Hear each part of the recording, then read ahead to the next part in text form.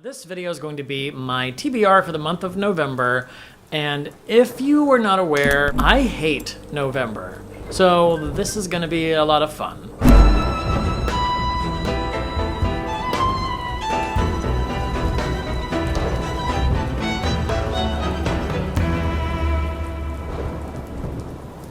Hey everybody, how's it going? Welcome back to Reading in the Dark. My name is Byron and I read sometimes. This video is going to be my TBR for the month of November, which I am calling THRILLVEMBER, because if in case you were not aware, because you haven't been a visitor to my channel in the past, or you didn't see my gigantic reading rut that happened last November, I really hate the month of November. Basically, I love October because it's the month of my birth. It is the month of Halloween, which is my favorite holiday. And I like to read dark and spooky sort of thrillers and horror books like that. I go into like a major like Halloween hangover in November, and I get really sort of like down and depressed and bored. And I'm not a big fan of Thanksgiving, partially because I'm just not into the food that people traditionally eat. There's nothing wrong with a national day of Thanksgiving. That's great, that's cool, I can get behind that. But my family lives thousands of miles away and I'm never home on Thanksgiving. Also, sort of the really annoying sort of pseudo-historical underpinnings to the holiday that they try to teach kids really annoys me as well, so I'm just not into Thanksgiving. I'm sorry if you are, I'm not here to attack you. Enjoy your Thanksgiving, it's fine. I just don't care about it. So basically, you've got a month in between the two best months of the year, and it's neither of those. It is not October, it is not December, it's not Halloween, and it's not Christmas. And it touts this holiday that I don't care about. I just was like afraid of this month coming up. I was like, oh my God, November is coming, what am I gonna do? I'm in a slump so bad, and I thought, what if I just read thrillers? What if I just pretend that Halloween hasn't happened yet and I just continue to read all that spooky stuff? So that's what I'm doing. My plan this year to make sure that I actually read in November, I am going to only be reading thrillers and horror books with a slight sort of offshoot made available for nonfiction November, which is a situation that is hosted by Olive from A Book Olive. But for the most part, I'm really just reading thrilling, spooky, creepy reads in November, and I'm doing that so that I can get through the month and not just completely crash and not read, because that's what will happen. So I am calling it THRILLVEMBER, because that's a ridiculous name and that's what I'm here for. This is not like a hard and fast list, but I have a bunch of thrillers and spooky reads on my TBR that I've owned for a long time that I haven't gotten to yet. And I figured I would just try to get some of them out of the way. Some of the books that I've been looking forward to for a long time. Some of them are physical books. Many of them are ebooks. The first is a book that I recently bought. It's new. That's The Turn of the Key by Ruth Ware. She's a very popular author on Goodreads and on BookTube, it seems. I keep hearing about the death of Mrs. Westaway, and people are very mixed in their opinions on Ruth Ware, it seems. But she's very popular. I actually bought this book and I picked it up, but I only read about 10 pages of it because I was right about to start Spookathon. And I really shouldn't have picked it up because I knew I didn't have time to read through it, but I thought maybe it'll be like a 24-hour read for me and it'll be fine, but it wasn't. And so I didn't get very far. I got tired, started falling asleep, so I put it down. So I'm going to read that first just because it is technically something that I'm still in the middle of, but I'm going to start over when I do. So The Turn of the Key is an updated version of the Henry James novella, The Turn of the Screw, and it's basically the story of a young woman who is hired to look after some children in this house, and there may or may not be ghosts and supernatural things going on, and something happens, and she's being charged, I believe, with murder, which is slightly different from The Turn of the Screw. And this story is told, I think it's an epistolary format, and it's told in the form of letters that this woman is writing from prison to a lawyer asking him to take her case. So that's the first book I'm going to read in THRILLVEMBER. Second book is a book that I have had on my TBR for the longest time. It's one of the books that I bought because it was on sale, the ebook, for like, I don't remember how much I paid for it. It was like $2-3 or something on Amazon on my Kindle, and that's Twist of Faith by Ellen J. Green. This is basically a haunted house story. The blurb says, after the death of her adoptive mother, Ava Saunders comes upon a peculiar photograph sealed and hidden away in a crawl space. The photo shows a shuttered, ramshackle house on top of a steep hill. On the back, a puzzling inscription, Destiny calls us. So it's got a spooky haunted house. It's got lies from the past, family distrust and drama, and the fact that she was left on the porch of a church. That's all kind of fun, and I like the cover. So I bought this like over a year ago, and I've never read it, and I'm going to finally fucking read it. The next book on my list is a book that has been on my list for a while. It was on my October TBR, and I'm not going to get to it. This is right now as I'm filming this. It's the 29th. So I know I'm not going to get to it. And that's Big Woods by May Cobb. It's 1989 in the sleepy town of Longview, Texas, when 10-year-old Lucy disappears. Her parents, the police, and the community all brace for the worst, assuming her body will soon be found in Big Woods, just like the other unsolved kidnappings. Delving into the paranoia surrounding satanic cults in the 1980s, Big Woods is an emotionally wrought, propulsive thriller about the enormity of grief, the magical bond between sisters, and a small town's dark secrets. So I'm into the dark, spooky woods thing. I'm into the many people have gone missing thing. And I like the fact that they say it's about sisters, and I like the fact that it's about a small town's secrets. I'm kind of into that vibe. So I'm going to read that book finally. I've had it on my list a couple of times now, and I haven't gotten to it. It was like an alternate for my Spookathon, and I didn't read it. So I'm going to get that done in THRILLVEMBER. The other book I have on here is Carved in Bone by Jefferson Bass, another book that I had as an alternate in my Spookathon TBR. This is about a man who runs a body farm, which is a real thing where for the science of it, I don't know why I just did that.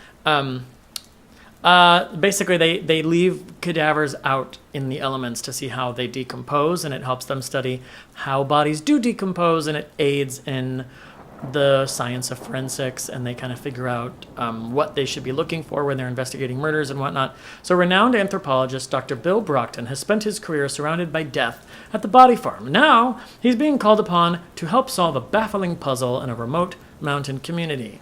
The mummified corpse of a young woman, dead for 30 years, has been discovered in a cave, the body bizarrely preserved and transformed by the environment's unique chemistry.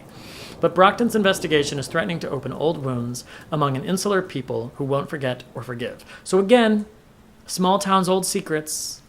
I'm into that. I love the fact that it is an old corpse that's been there for a long time and he's just being discovered. I think that's fascinating. Obviously, all of these books are very dark, very spooky and disgusting and creepy, and that's what November is going to be for me, just a continuation of October. So I'm into it. I'm not into dead bodies in real life. I'm just into reading about people investigating their appearances in books. Just want to clear that up. The next book on my list is a book that I actually have a physical copy of. That is The Bookseller by Cynthia Swanson. Now, I read The Glass Forest by Cynthia Swanson last year, and I absolutely loved it. Gave it 4 stars, but I think I might reread it because I sort of feel like it deserves more than that. And once again, this is a thriller that is set in the 60s, so I am into it. I'm into historical fiction, and I like reading about the 60s in particular. This says, the short blurb says, The Bookseller follows a woman in the 1960s who must reconcile her reality with a tantalizing alternate world of her dreams. So basically, she starts having a series of dreams about a woman like 1 year in her future who's kind of living the sort of life she's always thought she wanted to have. But then, I don't know, something's going wrong in the dreams, and is it just a dream, et cetera, et cetera. I don't even know. She owns a bookstore. It's about books. It's about creepy dreams. I'm there. It's set in the 60s. Cynthia Swanson has my heart, so I'm reading that. The next book is a second book. Okay. This is a book by Ania Albarn, and it is called Within These Walls. Now, I'm just going to read the blurb to you as I've been doing before I go on about Ania Albarn. So, with his marriage on the rocks and his life in shambles, washed-up crime writer Lucas Graham is desperate for a comeback. So when he's promised exclusive access to notorious cult leader and death row inmate Jeffrey Halcombe, I guess. The opportunity is too good to pass up. Lucas leaves New York for the scene of the crime, a split-level farmhouse on the gray, sanded beach of Washington State. A house whose foundation is steeped in the blood of Halcombe's diviners, runaways who, 30 years prior, were drawn to his message of family, unity, and unconditional love. Lucas wants to tell the real story of Halcombe's faithful departed, but when Halcombe goes back on his promise, bless you, Philip, of granting Lucas exclusive information on the case, he's left to put the story together on his own. Except he's not alone, for Jeffrey Halcombe promised his devout eternal life, and within these walls they're far from dead. So, this is a book about a cult leader who I guess is sort of a recluse at this point. many years later. It has a cool cover. It was very much enjoyed by Acacia Ives, whose channel I love, and I will link below. And that is enough for me to give Ania Albarn a second chance, because I will tell you, the first book I read this year, the very first book I read in 2019, was The Shuttering by Ania Albarn. Lots of people love that book. In fact, there's a Shuttering readathon that happens. People just reread that book because it's got holiday vibes. It's like wintry and snowy, and people are in the woods and scary things happen and there's creatures. I really did not like that book. I thought it was so incredibly cliche. The relationships between these guys and these girls, I just thought they were so ridiculous. It was like really adolescent and dumb to me. The just tropes of like women exist to become pregnant and for that to become a drama, and just like all of this stuff that I did not enjoy. I gave that book 2 stars. But Ania Albarn is really interesting because she self-published, I don't remember which book it was, and it ended up becoming a huge hit. And then she got signed, and she's been published many times since. So her story is really cool as an author, and I want to like her. So I'm going to give her a second chance. And it has a pretty good rating on Goodreads, so I'm going to give it a shot, and hopefully I'll love it, because she's got a few more books, and then maybe I'll enjoy those as well. So that's within these walls.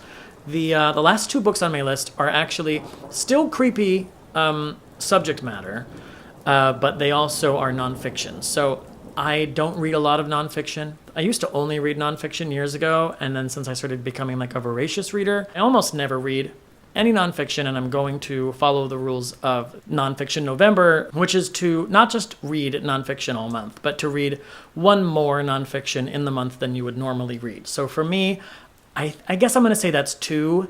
Now, with these TBRs, for my monthly TBRs, I never get to every book on my list. I don't know if I never do, but very rarely. So I don't know if I'm going to get to all of these books, but I'm definitely going to get to one of these 2 because I have to read some nonfiction this month, and I would love it if I could read both.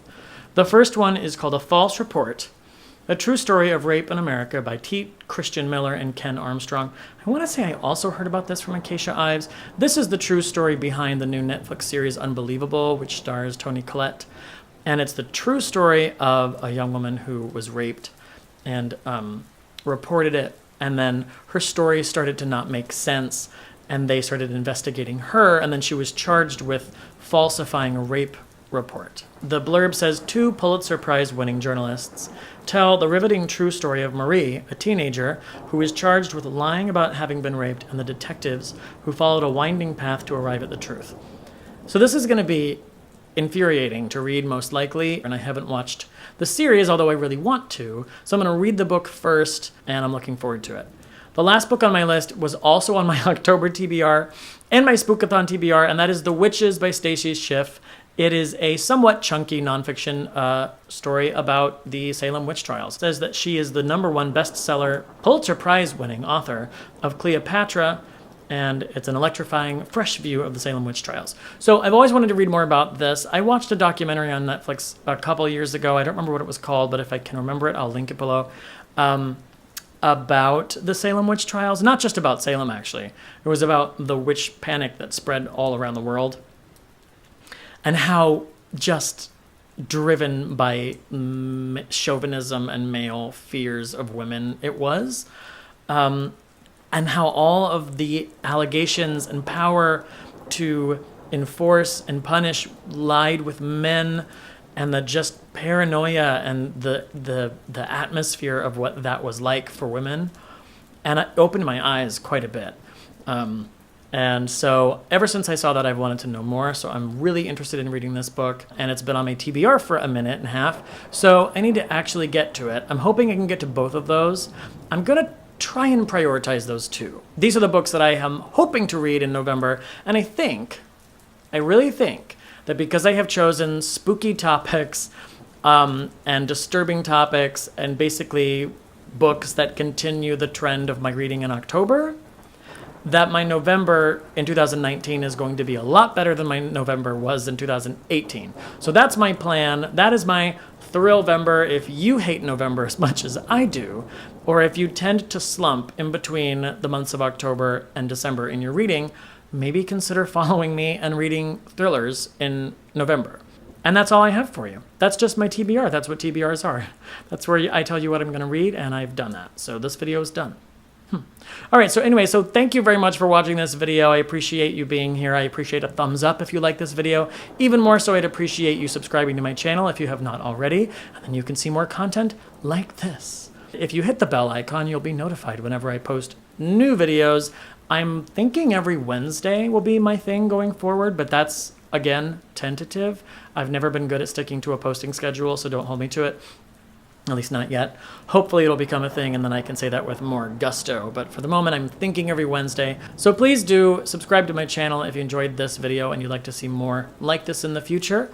And remember that the comment box is your friend. If you have any comments about the books I've chosen, if you've read some of them, if you have something to say about Ruth Ware or Cynthia Swanson or Ania Albarn, did you read the Shuttering and you liked it? Am I insane? Let me know in the comments below. And that rhymed. And until next time, I will be here in the dark reading. Bye.